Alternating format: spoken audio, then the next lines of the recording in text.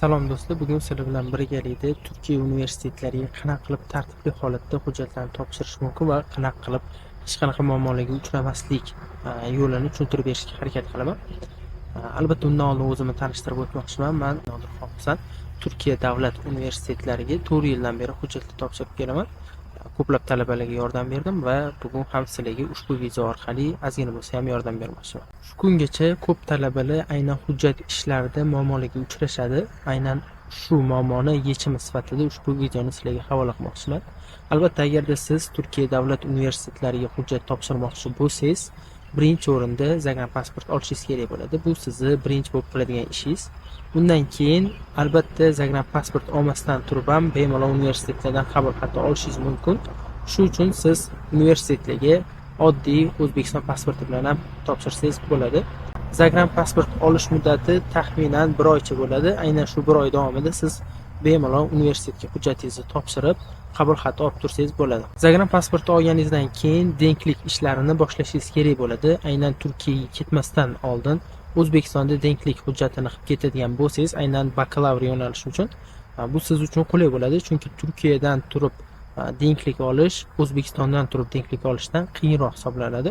Shuning uchun albatta denklikka O'zbekistondan olganingiz yaxshi. Denklik belgisi uchun eng muhim bo'lgan hujjatlardan bittasi apostil. Ya'ni bu universitetga ham topshiriladi, attestat apostili. Albatta universitetga ham topshirishingiz kerak bo'ladi. Shuning uchun denklik qildirishdan oldin aynan denklikka topshiriladigan hujjatlardan bittasi apostil hisoblanadi. Apostilni ham qildirishingiz kerak bo'ladi. Denklik olish bilan birgalikda siz hujjatlaringizni tarjima va tasdiq qildirishingiz kerak bo'ladi. Tarjima va tasdiq aynan Turkiya elchixonasidan qilinadi. Ya'ni tasdig'i Turkiya elchixonasidan, tarjimani esa elchixonada ro'yxatda turgan tarjimondan qildirishingiz kerak bo'ladi. Shunchaki oddiy tarjimonlardan emas, shunchaki pechati bor tarjimonlardan emas, aynan Turkiya elchixonasida ro'yxatda turadigan tarjimonlardan tarjima qildirishingiz kerak bo'ladi. Demak, ketma-ketlik bo'yicha birinchi bo'lib zagrab pasport oldingiz, keyin universitetga hujjat topshirdingiz. Universitetdan qabul xati kelguncha denklik tarjima ishlarini hal qildingiz va universitetdan qabul xati kelishi bilan hech qanaqa muammosiz Turkiyaga uchib borsangiz bo'ladi. Lekin Turkiyaga borganingizdan keyin ba'zi bir muammolar bo'lishi mumkin. Albatta bu hujjat ishlarida emas, chunki siz hujjat ishlarini hammasini to'g'rilab ketdingiz. Ana endi Turkiyada qanaqa muammo bo'ladi? Bizning talabalarimizda birinchi muammo bu bitta podkastda aytganimdek, Turkiyada moddiy tomonlama aldanib qolishingiz mumkin. Ham yosh bo'lganingiz uchun, ham talaba bo'lganingiz uchun va sizni aldash oson deb o'ylab turklarning ko'plari yolg'on gapirishadi. Aynan bu narsa bizning O'zbekistonda ham bor. Turistlarga nisbatan ozgina insofsizlik qilishadi. Shu narsalardan albatta ehtiyot bo'lishingiz kerak bo'ladi.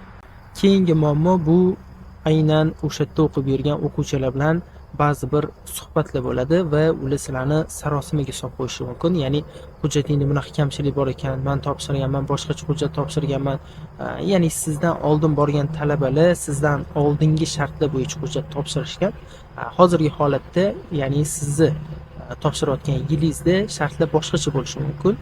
Shu narsaga e'tiborli bo'ling va bitta inson bilan ishlashga harakat qiling. Ya'ni aytaylik, siz bitta konsalting firma bilan ishladingizmi, oxirigacha o'shalarga quloq solishga harakat qiling. Boshqa odamlarga chalg'imaslikka va meni hujjatlarimni topshirib bergan odamlar shular va ularga men ishonib hujjat topshirgan bo'lsam, demakki ular hamma narsani bilishadi, yodagi holatlarni bilishadi deb ishongan holatda topshirishingiz kerak bo'ladi.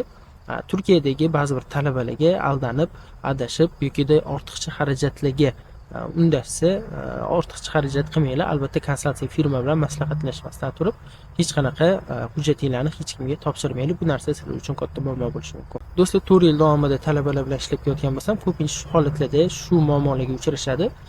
Aynan shu video orqali sizlarga keyingi hujjat topshiradigan yosh do'stlarimizga bir foydali video qilishga harakat qildik. Albatta obuna bo'lib, like bossangiz xursand bo'lamiz.